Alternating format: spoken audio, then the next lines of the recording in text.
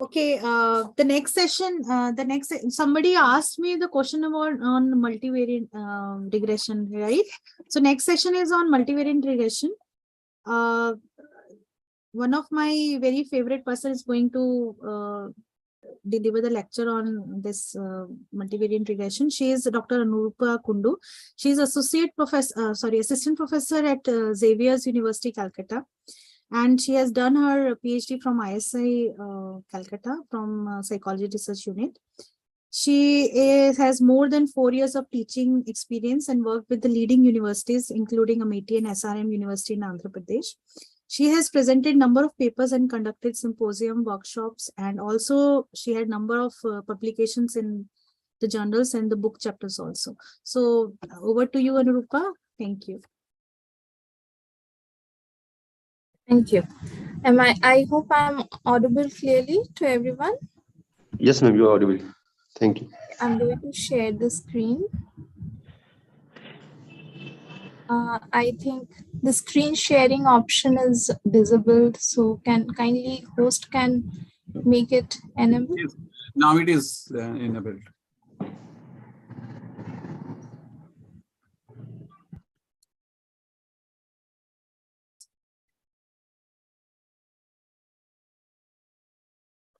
Is the screen visible to everyone? Yeah, it is visible.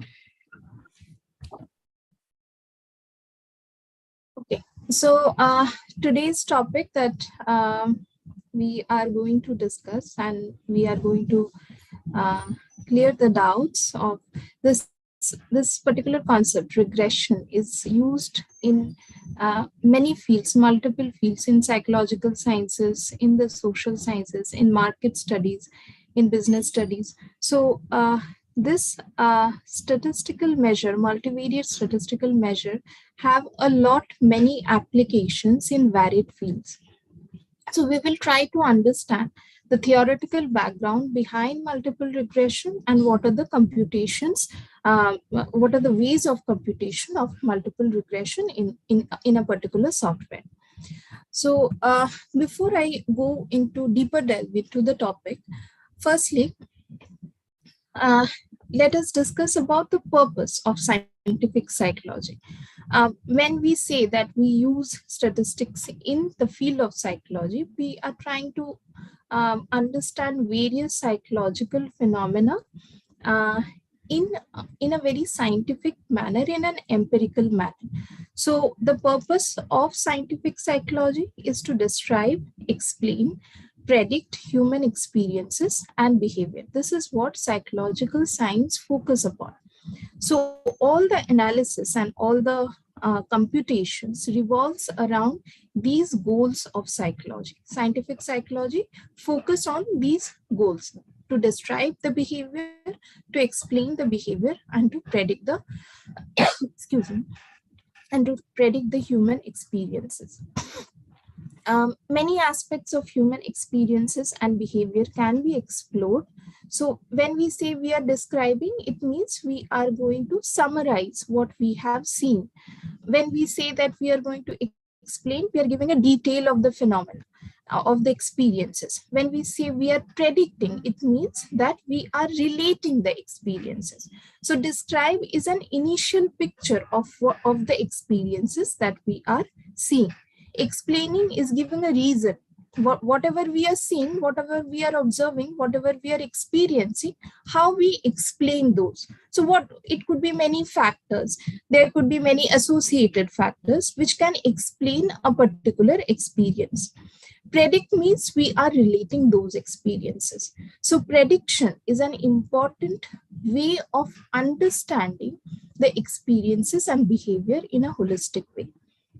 Now, this prediction, this word prediction, have a lot to do in this particular statistical measure, which is called the regression. So prediction is one of the important function which regression analysis try to gauge upon or try to measure. When we are when we are understanding regression analysis, when we are trying to understand the multivariate, this particular type of multivariate statistics, we need to be clear about some of the conceptual background which are related with this topic. So correlation is a very related term. Correlation, it means, can anybody say what is correlation? With an example?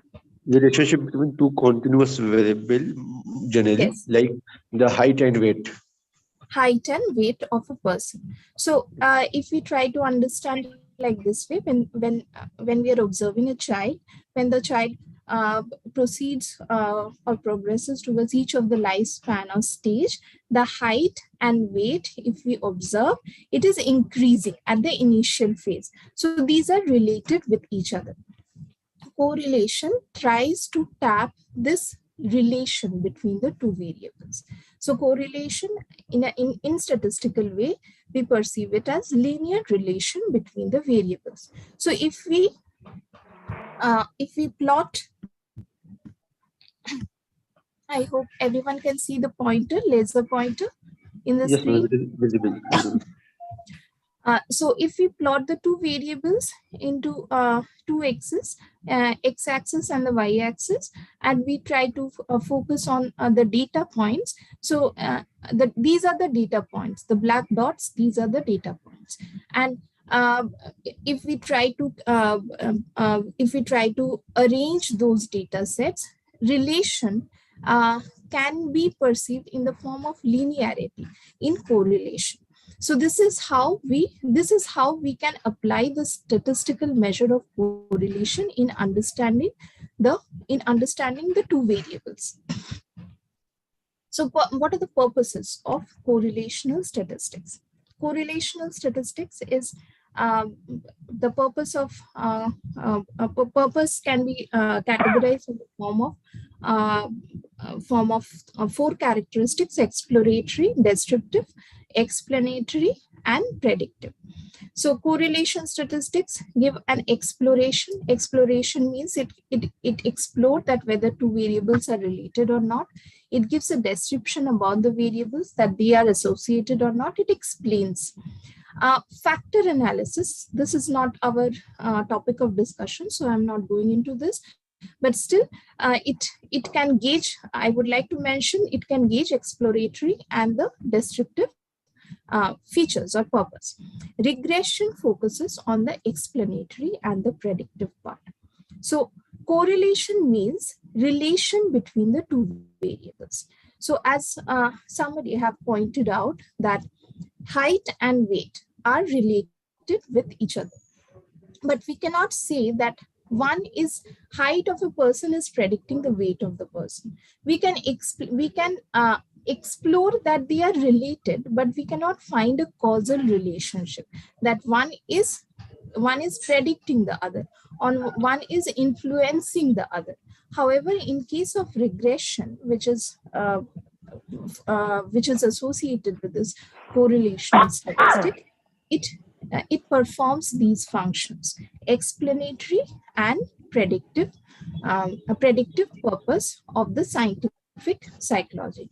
So regression helps us in understanding whether variable A is predicting variable B or not, whether the independent variable have any influence on the outcome variable or the dependent variable or not. So this is what the purpose of correlational or regression statistics is.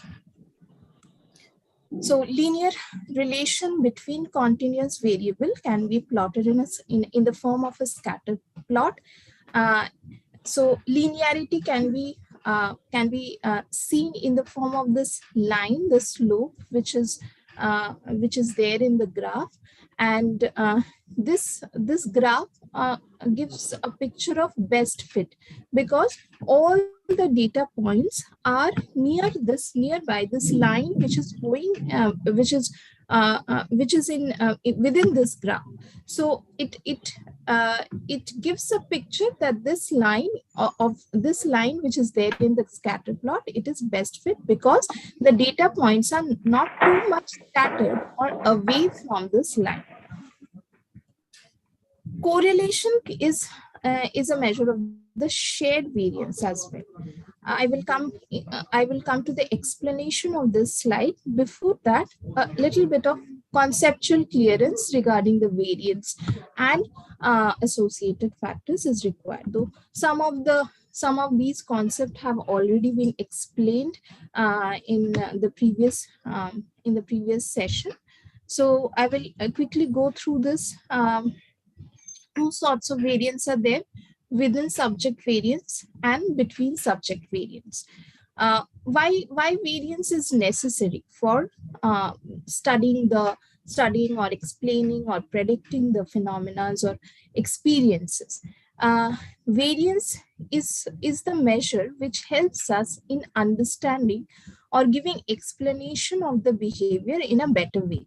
So statistically, variance is the concept which can be stated as one of the reason for explanation of the changes in the behavioral measures.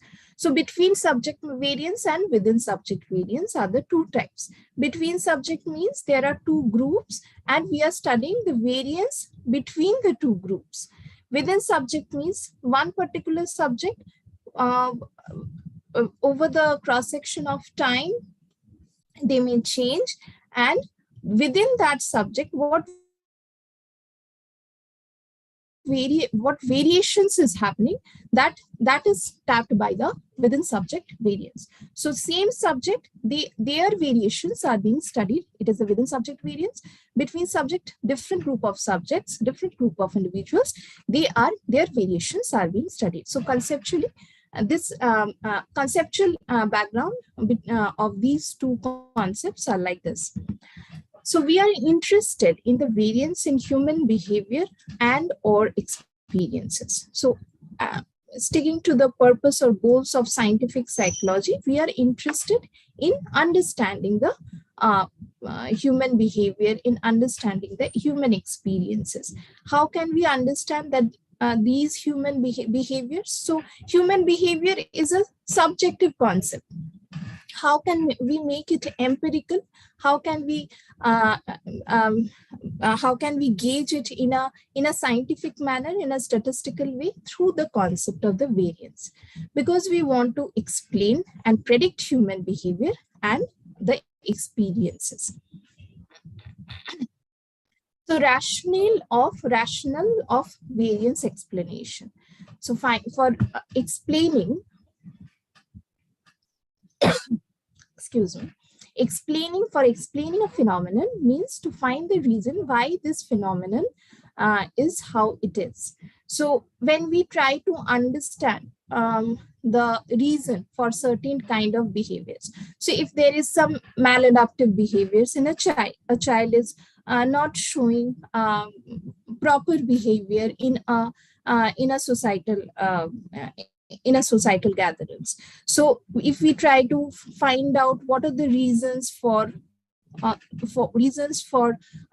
that behavior to be performed, there could be a number of factors: parental influence, peer group influence, child's own personality trait. So there could be different reasons for a particular phenomenon or behavior. So explaining a phenomenon means to find the reason why this phenomenon is how it is.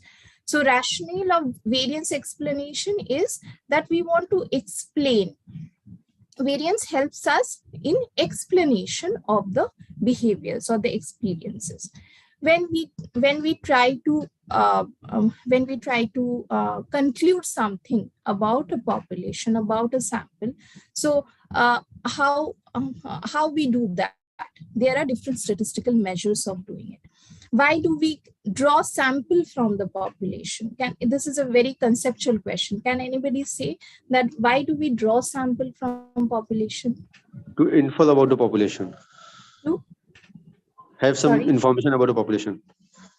Yes, but why don't we do the study on the population only? It was impractical. Suppose we want to study the child behavior. So the number of children in the India is so many, so that it will be not possible to do. Yes, one thing. very good. So, yes, feasibility. So feasibility is one of the issue. We cannot gather data from each and every unit which constitute the population. So that's why for for reaching this feasibility issue and for meeting this factor, and also one of the reason would be time consuming, the resource we require when if we have to collect data from the population, that is not a practicable one. So that's why we draw a sample from the population. Now, what is sample? Sample is, what are the properties of sample? It should be the representative of the population. It should be representative of the population. Very good. So representativeness is one of the characteristics of the sample and representative of the population characteristics. So we draw sample from the population and we try to we do the study, we do the empirical study or the survey study on the sample, and we try to generalize the data through this sample study. We try to generalize data on the population. How we do the generalization? Through the statistical measures only. So we draw sample for making the study to happen in a practical and feasible way. Now, this is one of the issues. So we draw sample from the population. This is one of the factors for which we need the we have the rationale of variance explanation. Another issue is that when we say that both the variables we are studying on a single individual or a group of individuals, they are associated with each other. So association leads to correlation. Association means relation between the two variables. So it may happen in two ways. When we are studying variable A, variable B, variable C, a number of variables on a particular group of sample, there could be two possibilities of the way we are studying those variables. We are studying the variable individually, or we are studying the variable in an associated way. So if we are doing an individual analysis, it would be just the description of the variable. But if we are trying to associate with each other, it would explain that if this behavior is related with the other, then the nature of the phenomenon would be like this. So if there is a maladaptive behavior and we are studying parental influence, we try to relate these two to understand what are the reasons for the maladaptive behavior. So how A and B are associated, this meets one of the criteria of the purpose of scientific psychology. So A and B, whether they are associated or not, this could be one of the research hypotheses. To understand whether they are associated or not, whether they are correlated or not, we need to study the correlation and the covariance factor. Covariance, correlation, and regression, these are the associated factors if we have to understand each of the purpose or goal of the scientific psychology. What does correlation do? Correlation helps us to understand a variable. What does covariance do? Covariance gives us a picture whether the variable A and variable B, they are varying together or not, co-varying or not. Correlation tells us, explains, it is explanatory in nature. It helps us understand whether this variable is related with the other variable when they are varying together. Regression helps us in predicting a variable. So this particular type of statistical measure helps us understand that how the influence of one variable it has on the other variable. Which one is the cause, which one is the effect, how one variable can predict the other variable. So some key points related to correlation are covariance. Statistically, covariance is the sum of cross products. It is unstandardized. correlation is sum of cross products standardized ranging from -1 to +1. We all know the correlation value ranges between these two numerical numbers with sign -1 to +1. So sign indicates the direction of the correlation. If it is towards 0 to +1, it means it is a positive correlation.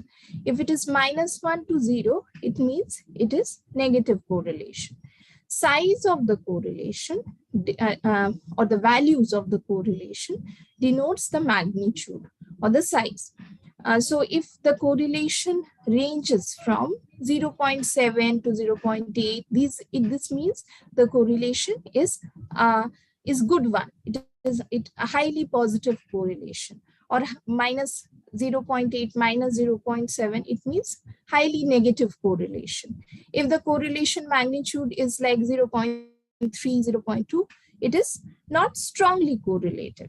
So this is how through magnitude we can understand the direction of the through the magnitude and the sign, we understand the direction of the correlation and the size of the correlation.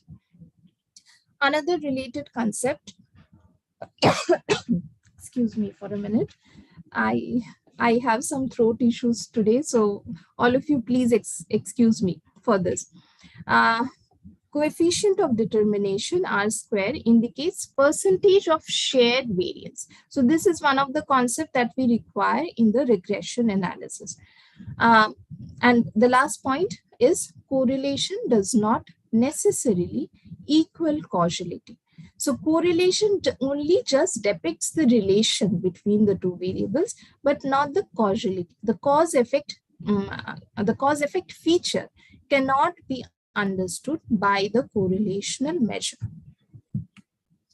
Now we will focus on our discussion today, what we are going to learn in our lecture, in our discussion, rather I would say, what simple and multiple regression mean.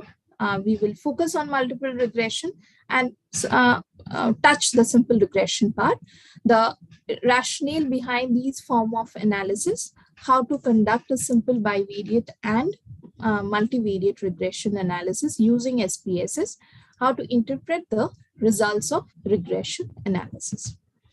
So firstly, what is regression? Regression is similar to correlation in the sense that it is also assessing the relationship between the variables. What properties correlation have, regression also have that. It is assessing the relationship. But one property which is added to this particular type of statistical measure is that it can predict values of the outcome from one or more predictor variables. So here outcome variable is the dependent variable and the predictor variables mean the independent variable. Predictors must either be continuous or categorical with only two categories. So predictors or the independent variables can be continuous in nature, interval type of data, or it may be categorical in nature, which can be dummy coded like 1, 2. So two categories should be there. With only two categories, regression can do the regression can be performed in SPSS through the categorical variables. Simple regression. So regression analysis can be broadly divided into two types: simple regression and the multiple or multivariate regression. Simple regression involves a single predictor variable and an outcome variable. So in simple regression, there is one independent variable and one dependent variable. It examines change in an outcome variable from a predictor variable. So whatever changes is happening in the outcome variable, regression tries to understand whatever changes is happening in the dependent variable or the outcome variable. Is it because of that independent variable which is included in the study?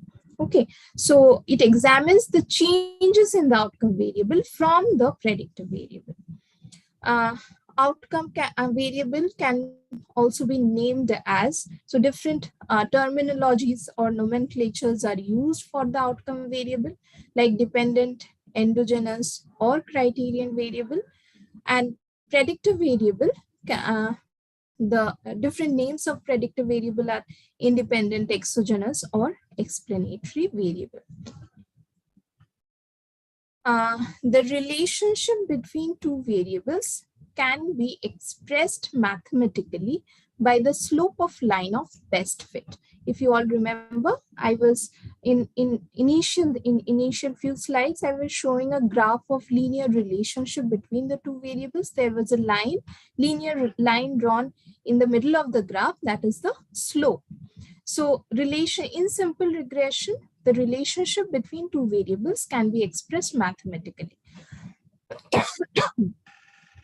So the regression equation is like this: y equal to a plus bx. Y is the outcome variable, that is the dependent variable. You can use any of the nomenclatures. And a is the intercept, b is the coefficient, and x is the independent variable.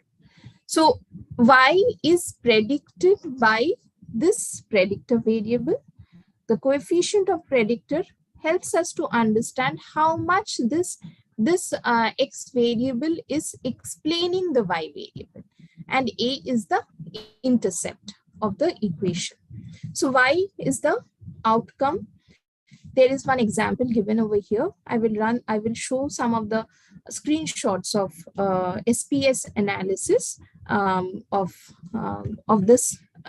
this research problem. So y is the outcome, a is the intercept or the constant, b is the line gradient or the coefficient, and x coefficient of the predictor, and x is the predictor variable. So this is the line of the best fit. Best fit means the slope which is going, the slope which is there in the graph, it is close to all the data points in the graph. These data points are the scores of the study variables, scores of the study variables which are plotted in respect to these two research variables. So these are the important points, these are the important concepts which we need to know in the regression equation. The regression equation, if you all remember, y equal to a plus bx. So b is the slope of the line of best fit. B, the coefficient is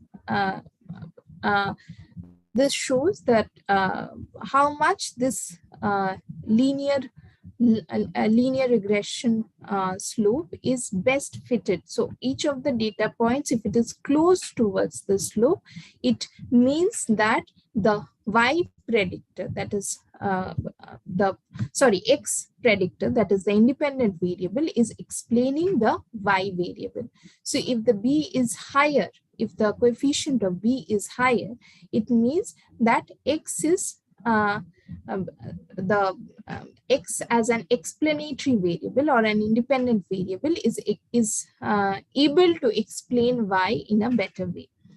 Residuals are the difference points from each of the data point from the slope. A is equals to point at which the line, this line crosses the y-axis. So these are the explanation for each of the component of the regression equation. This is can we see this line as the data points, what you can see from the graph? Can we consider this as the best fit? No, ma'am. No, because the data are very scattered from the slope. Okay, so how we do the regression analysis in SPS? Firstly, we have to go to this is a simple software which have simplified and it have simplified our work. It have spared us in doing the manual calculations. So the simple way of doing the regression analysis, we can in the tab section, we can click on the analyze and then click on the regression, linear regression we have to click upon. So if we see this research hypothesis, two variables, drinking and how it influences the maladjusted behavior. We have a research hypothesis. If the amount of drinking is high, it will lead to maladjusted or abnormal behavior. We want to test it in the form of prediction analysis, that is the linear regression analysis. So once you click on the linear regression in SPSS, this is how the screen will look in the SPSS software. There would be one dependent section and there would be one independent section. In the dependent section, and here in this block, the list of variables will be visible. So by clicking on the list, from the list, by clicking one by one on the variable, you can put it into the dependent and the independent section according to your research hypothesis. So amount of drinking behavior here is the independent variable. So if you click here and you go to the this arrow button, it will be visible here. Again, behavior, maladaptive or abnormal behavior is the dependent variable. So you have to select it from the list, click this arrow, and it will be visible in the dependent section. Necessary requirements for what information you require from the linear regression analysis. You can, if you require more information, you can click on the statistics and click on the relevant tabs, whatever you feel is necessary. Then click on the OK button, analysis button. So this is how the output will look. So there are three tables which will be visible in the SPSS output of linear regression. The first one is the variables entered. In this analysis, we have clicked on the enter method. Variables entered is the amount of the drinking behavior, and excuse me for a minute. No, thank you. So variables entered is the amount of drinking behavior. No variables are removed. So this is the first table that will be visible in the SPSS output. Dependent variable, which one is the dependent variable? It will be visible from here. Second variable, this is the second table. This is the model summary. In the first column is the model 1. Second column is the R, maladaptive or the stupid behavior. R square is the proportion of variance in the outcome accounted for by the predictor. So this denotes the variance. Proportion of variance in the outcome. So whatever changes in the outcome have happened because of the drinking behavior, this is explained by this coefficient. So R square is the proportion of the variance. Adjusted R square takes into account the sample size and the number of the predictor variables. So depending upon the sample size and the independent variables, the adjusted R square is a modified version of the R square. Adjusted R square is done dependent, so proportion of variance in the outcome accounted by the predictor, taking into account the sample size and the number of independent variables. So these are the important information that you need to understand in the model summary of the regression analysis. Just for R square, ma'am. Yes. If the number of independent variable will be higher, The R square will increase, I think. Adjusted R square. Yeah, is it? Yes, yes. And what about the number of sample? I think when the sample size will increase, it will also increase. I will discuss about it. Okay, thank you. The sample size will vary depending upon the number of variables that is included in the study. Okay. So the R square increases with inclusion of more predictive variables into the regression model, commonly reported as one of the participants already mentioned. Sorry, since the PPT screen is in full screen mode in my laptop, so I'm not able to recognize your names. So rightly said that if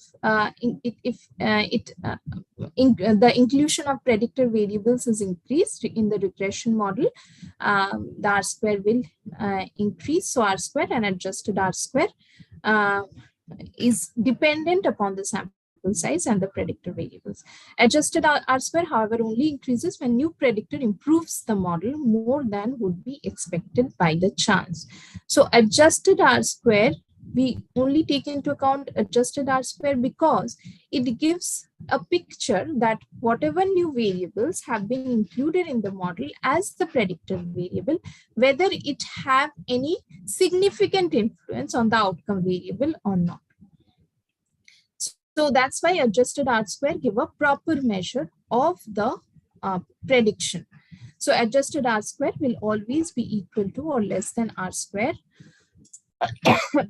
The particularly useful during variable selection stage of model building. Next table of the SPSS output is ANOVA. This is how it looks. So this ANOVA measure is it helps in understanding that how the regression analysis, how the regression model fits. So the F value and the significant value of the regression sum of squares and the mean square, whether the model, the regression model, the linear regression model is significant or not. This table portrays this picture. Next table is coefficient, is related to the beta coefficient. So we will look into the beta coefficients only. If you people remember the regression equation, so y equal to a plus bx. So b denotes the beta, the coefficient of the predictor. So beta is a standardized regression coefficient and shows the degree to which a unit increase in the predictor variable produces a standard deviation change in the outcome variable, with all other things being constant. So unit increase in the outcome variable, in the predictor variable, whether it is leading to change in the outcome variable or not, when other things, all the other factors are kept constant, this beta coefficient, this function beta coefficient does. So here we can see the beta coefficient is, yes. The word you used, keeping the all variables constant. Other variables. Not variables constant, other factors constant. Factors, yeah. Yes. Suppose we are taking a multivariate regression, and we are taking other factors also. We will get different beta values for different, and all will be adjusted for other ones. Yes, when in the model, it depends upon the type of the method that you are entering. I will discuss about those methods as well. It depends upon the type of the method that you are entering in the regression model. So if you want to see the independent contribution of each of the predicted variables, that is also possible. So each individual contributions, keeping other factors constant, it can be depicted from the SPSS output. But if you want to see depending upon the type of the model, if you want to see the gradual increase in the value of the regression model, that when one variable is included in the model, how much it have produced change in the outcome variable. When the second variable is included in the model, along with these two variables, how much change have been produced in the dependent variable, that is also possible. So one is a stepwise analysis where we are entering the variables in a stepwise manner, and we are seeing with each inclusion of the variable whether the regression model is changing or not. Or it may happen that you are seeing the individual contributions for each of the variable in a one list. So that is also the simple regression basically depicts this type of picture. Okay, thank you. So what we have to report in results of simple regression, the beta value. Sorry, here the point is, the decimal point is missing in beta. It should be 0.74. Beta equal to 0.74, t value. This t value denotes whether this beta coefficient is significant or not. So t value and the corresponding significant level denotes that this beta coefficient is significant. And R square is the model fit. R square or the adjusted R square, whatever measure you will be taking, this denotes how much significant the regression model is. DF is n minus p minus 1, where n is the number of observations and p is the number of parameters which is estimated, minus 1. So this is for regression. DF can be calculated differently for other tests. So DF denotes the degrees of freedom. As one of the participants have rightly mentioned, that it depends upon the number of observation we are making and the parameters that we are calculating. The number of parameters we calculate, the more number of parameters we calculate, the more we lose the degrees of freedom. So degrees of freedom for the other data scores or the points which we are taking into consideration for measuring that variable. So P denotes the number of parameters and N denotes the number of observation. Sorry. Outcome variable should be measured. Assumptions of simple regression. There are certain assumptions of regression analysis which should be met before we do the regression analysis. So outcome variable should be measured at interval level. It should be continuous in nature. When plotted the data, it should have a linear trend. Summary of simple regression. It is used to predict the outcome variable from a predictor variable. Used when one predictor variable and one outcome variable is there. The relationship again must be linear in nature, because as its name suggests, it is simple linear regression. Now we will focus our discussion on the multiple regression. Multiple regression is used when there is more than one predictor variable. So there are more than one independent variable and one dependent variable. So number of dependent variable is 1. But in case of the number of independent variables, it can be more than 1. Two major causes of multiple regression is the prediction. So sorry, not causes. Two major uses of multiple regression is prediction and the causal analysis. So if when we are studying the natural phenomena and the behavior or the experiences, there could be many factors which is associated with the measure that we are measuring as an outcome variable. So when we are saying that maladjusted behavior of a child, what could be the factors for a maladjusted behavior of a child? There could be many factors associated with it. So one only, what will simple regression analysis will do? It will only explain one of the factors.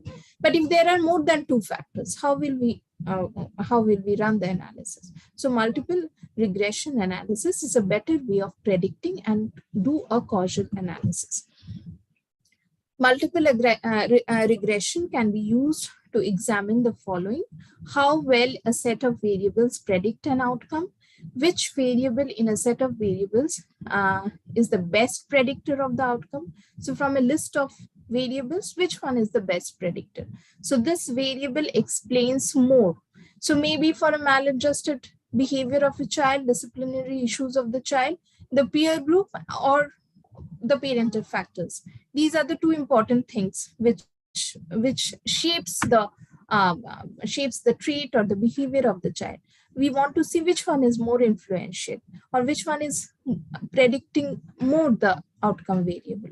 So this can be understood through this multiple regression analysis, whether a predictive variable still predicts the outcome when another variable is controlled for. So in regression, in multiple regression, this kind of thing, adjustments can also be made, that we are controlling the influences, or we are making the effects of the other variable constant, and we want to see when the other factors are constant, how much the another variable influences the outcome variable. So it depends upon the nature of the model, that the type of the model that we are going to choose while we are running the multiple regression. Example for multiple regression, I have kept 3 independent variable or predictive variables. Excuse me.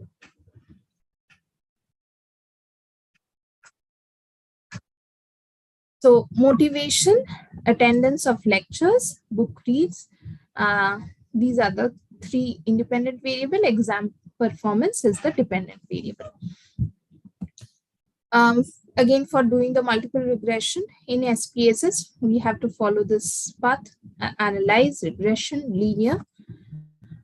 When we click now in multiple regression, what are the adjustments we have to make in this page, in this screen? So this is the list of variables in the dependent variable. In the dependent section, we are able to enter 1 variable. In the independent section, we can choose 2 or more, 1 or more than 1 variables. From here, we can enter the type of method that we want to run. Next, after we do this analysis, we are able to see this output table. So the variables which was entered in the independent section, these lecture attended, number of books, lectures,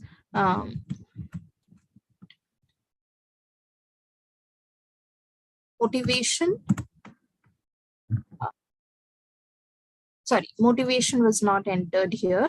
So lectures attended and books, these are the 2 variables which have been entered while running the analysis.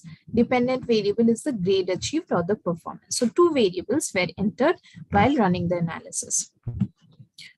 SPSS output model summary. So this denotes the nature of relation between the predictors and the outcome. R square shows the how well the model is fitted. Adjusted R square is dependent upon the nature of dependent upon the number of variables and the sample size. So we can see from the F being significant, the model is a significant one. So we can say that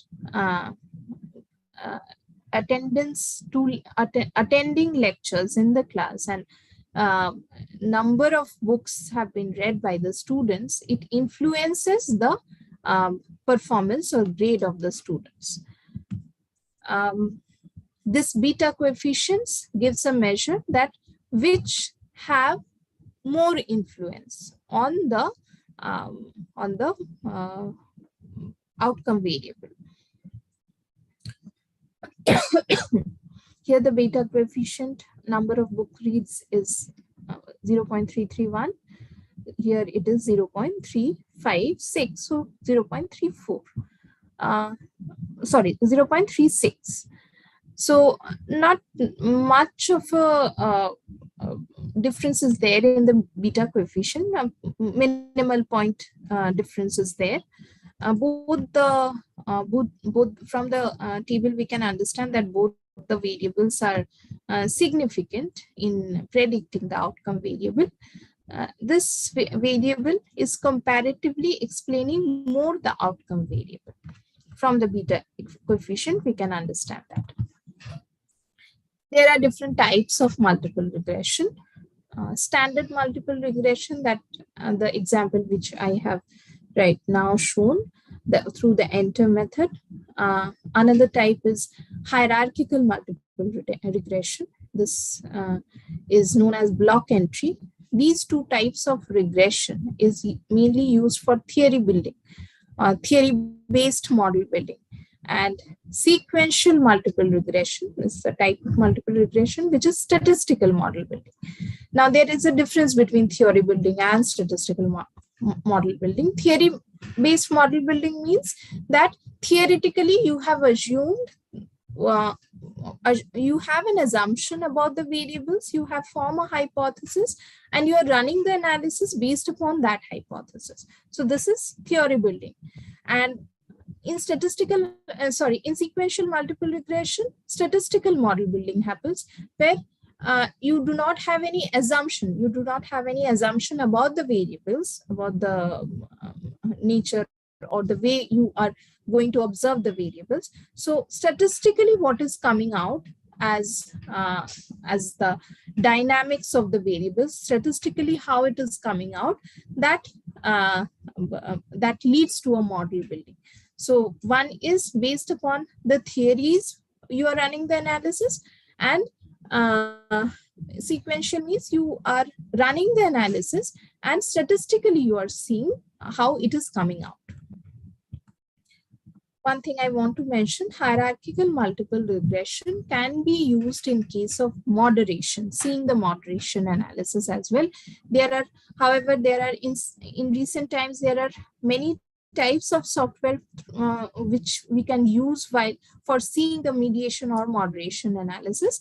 But if you want to if you do not have the software and you want to see the moderation analysis, you can use hierarchical regression for seeing the moderating factors, moderating dynamics between the variables. Though this is again a very detailed topic, so I will, since today's topic is on multiple regression, I will not focus on the moderation part. Moderation analysis can be done through SEM as well, structural equation modeling, and it can be done through this hierarchical multiple regression as well. Standard multiple regression is the most common method that we generally use. Here we use this enter method while we are keeping the variables in the independent variable.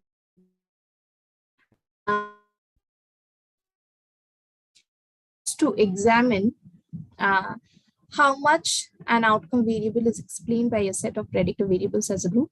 Variance in the outcome variable is explained by a single predictor unique contribution. Excuse me for a minute.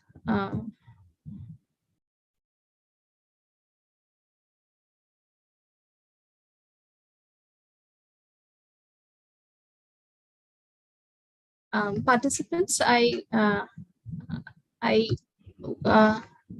I'm keeping my video and audio off for a minute. I will come back for the discussion.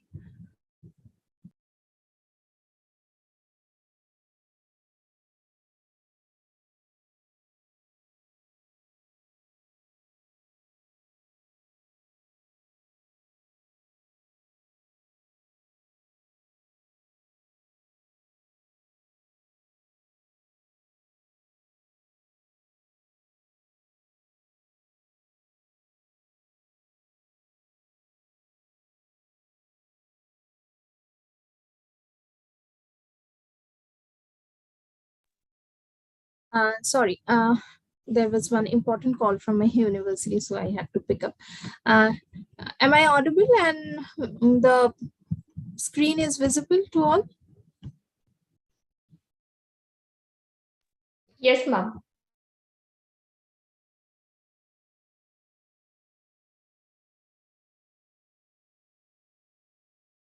So this type of multiple regression, standard multiple regression, used to examine how much an outcome variable is explained by a set of predictor variables. Variance in the outcome variable is explained by a single predictor unique contribution. As I was mentioning, we can see the unique contribution of each of the variable in comparison to the other factors, in the sense that other factors are held constant in this type of regression model. The different methods of regression and their associated outputs will be illustrated using outcome variable, predictor variables. So you can see that outcome variable is the grade which the student got, the essay marks. So this is a continuous or a continuous measure. Predictive variables, the nature of scales which were used, or the way the variables were measured, it have been outlined. So number of lectures attended, this is how the measure for the first variable was taken. Motivation of this student motivations questionnaire was administered from on a scale from 0 to 100. Number of course book reads, so 0 to 10 number of books. So all the measures are the continuous measures we can see.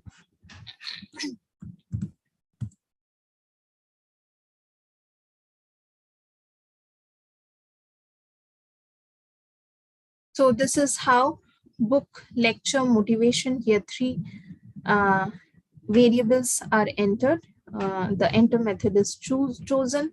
The first table, this second table denotes how the model fit is. Whether it is significant or not, we can understand from this.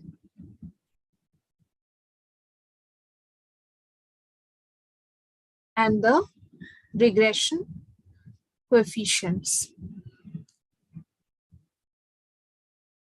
So the books, when these three were introduced together, we can see the book read, this was not significant one. Hierarchical multiple regression is the another type of multiple regression. It is also known as sequential regression.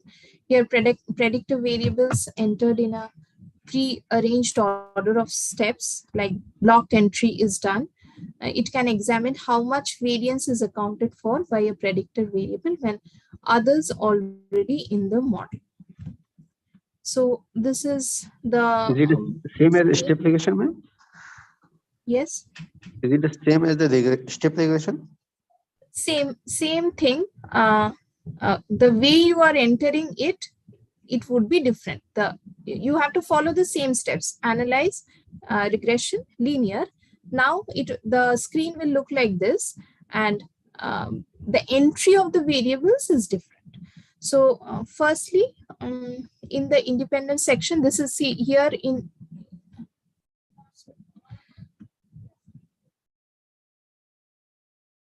Yes, here you can see the blocks which is present, block 1 of 2. In block 1, you are entering one variable.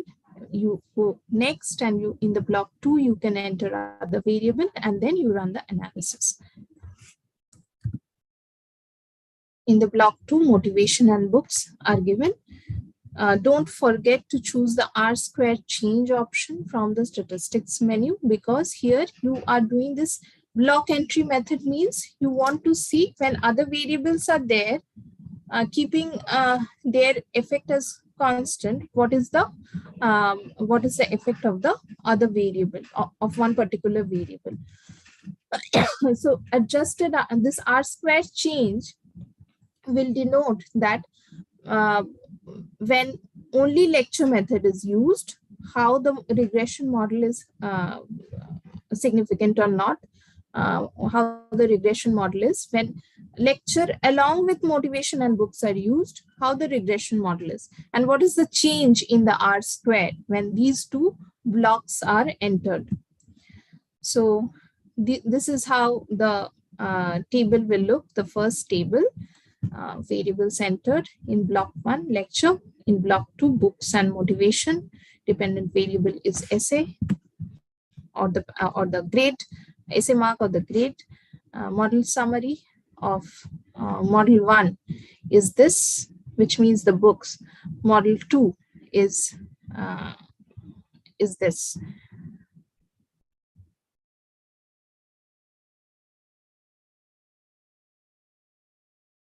Next, model 1 gives so the regression model for the model 1, that is block 1, whether it is significant or not. In model 2, where lecture, book, motivation, 3 of the variables are there. So you are partialing out the effect of lecture when you are entering books and motivation in the next model. See, in this coefficient table, lecture, this have a beta coefficient of 0.884. When you are using lecture, motivation, and books, the beta coefficients are divided among the variables. So this denotes the contribution of each of the variable in respect to other. Sequential techniques, statistical multiple regression, it relies on SPSS selecting with predicting variables to include in a model. This type of multiple regression is the statistically builded model. So 3 types of selection can be done: forward selection, backward selection, or stepwise selection. Forward selection means when we in the model, whatever predictors have been included, it starts with no variable in the model and tries to measure the contribution of each of the predictor variable for the outcome variable. So it includes the best predictor at the first in the first step, and it repeats the analysis. In the backward selection, it removes the lowest contributor. So in backward selection, it focuses on the least contributor. So which one is the predictor which is not that important? It is removed and then it runs the analysis. In the forward prediction, it just the opposite happens. It includes the best predictor and then repeats the model. So in stepwise, in the next steps of the analysis, what you will see is that the contribution of the best predictor, it will increase.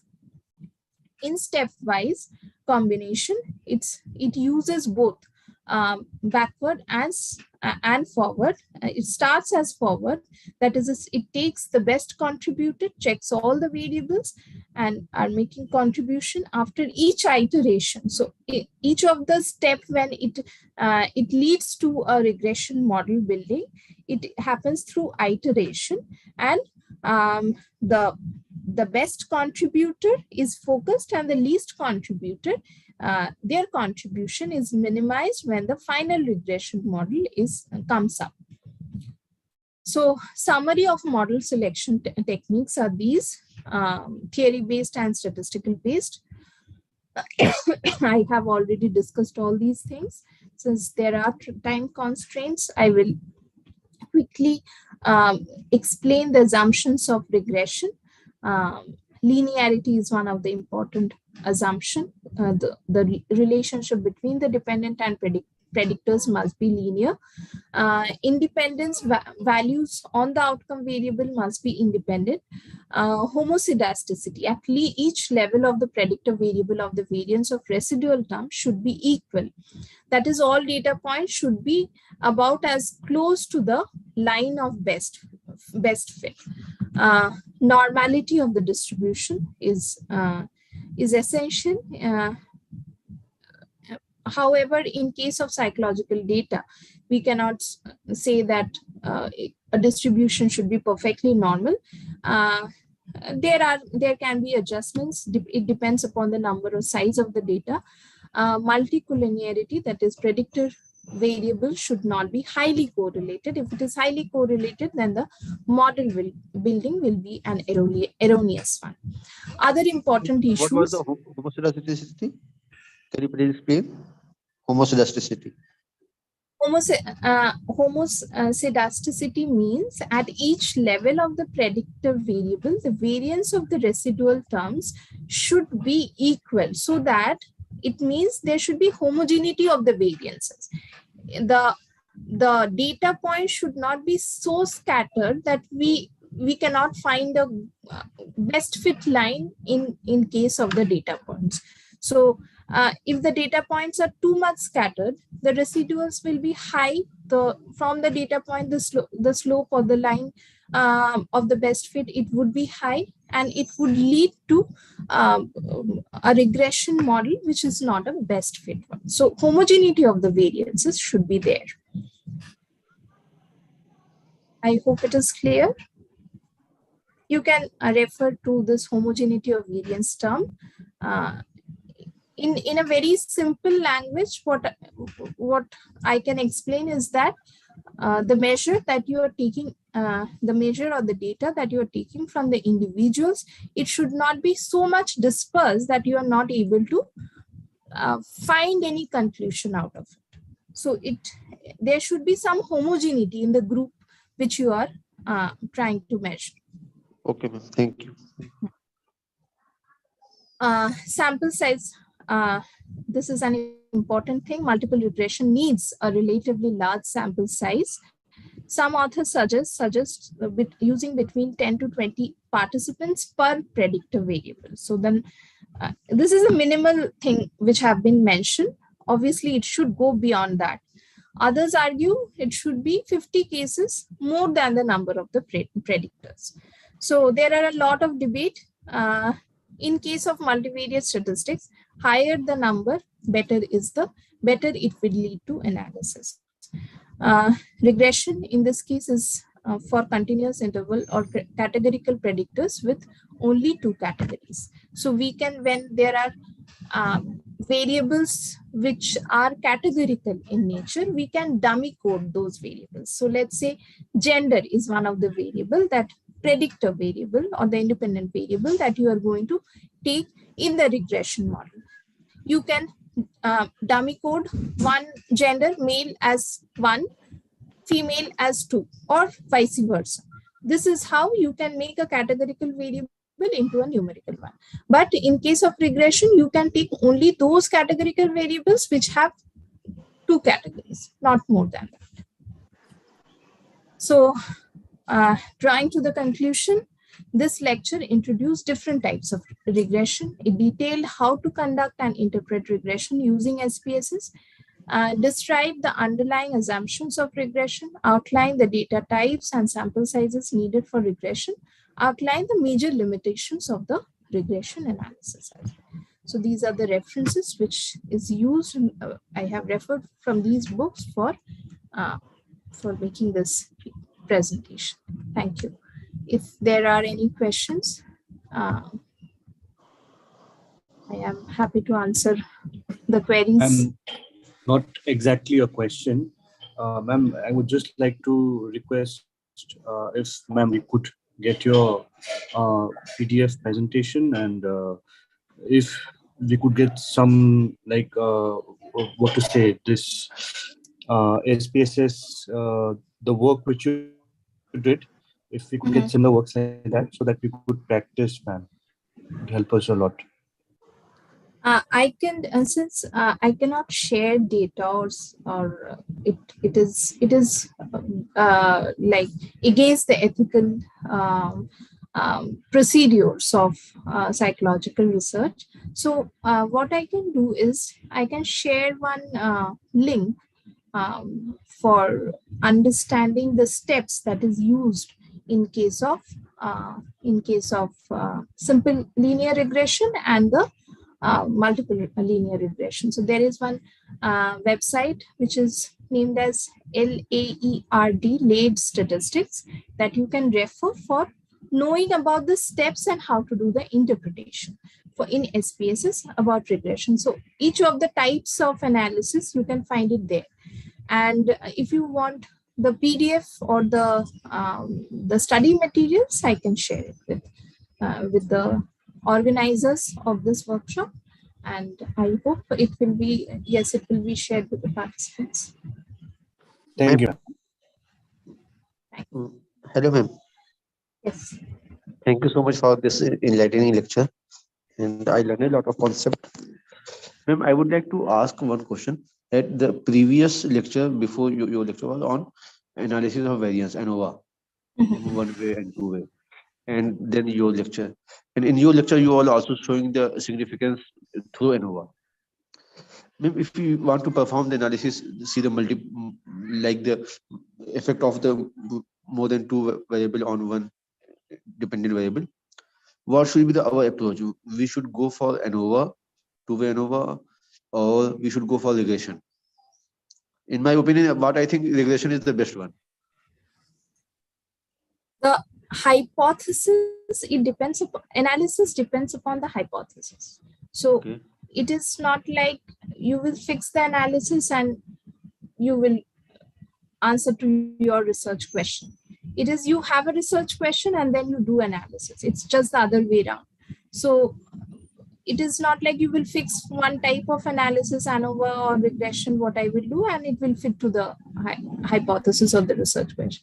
If you want to predict, if you want to do a cause-effect relationship between the variables, it would be regression. If you want to understand the how groups are differing depending upon one particular variable measure, how groups are differing. So in that case, ANOVA would be a suitable measure. It depends upon your research question rather than what type of analysis you will do. That cannot be prefixed. First, you have to prefix your research question and you have to decide the analysis based upon it. Okay. Okay. Ma'am, also request you to share some books so that we can refer that for understanding the concept in a detailed way. Yes, I can share some of the reference books. For ANOVA, the basic reference book for understanding the conceptual clarities, we use K.D. Bruta. And for multivariate analysis, there are a lot of books. So I can share it with the organizers and later on. So this is how, yes, multivariate, I think Sir have already mentioned in the chat section, Multivariate Statistics by here, Anderson and Tadam. This is one of the best books in understanding multivariate statistics because it have a lot of explanation rather than mathematical notations, and that is what we require in case of psychology. Yes. Yeah, the concept behind it, why, yes. what, more than the procedure one. Yes. Thank you so much. Thank you. So, any more queries?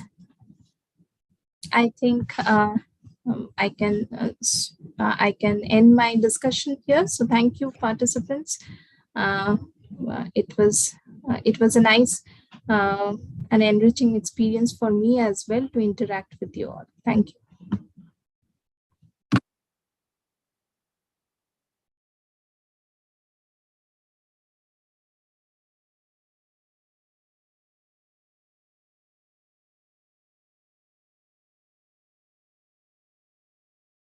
Thank you, Dr. Anurupa Kundu. You have nicely explained the theories behind the multiple regression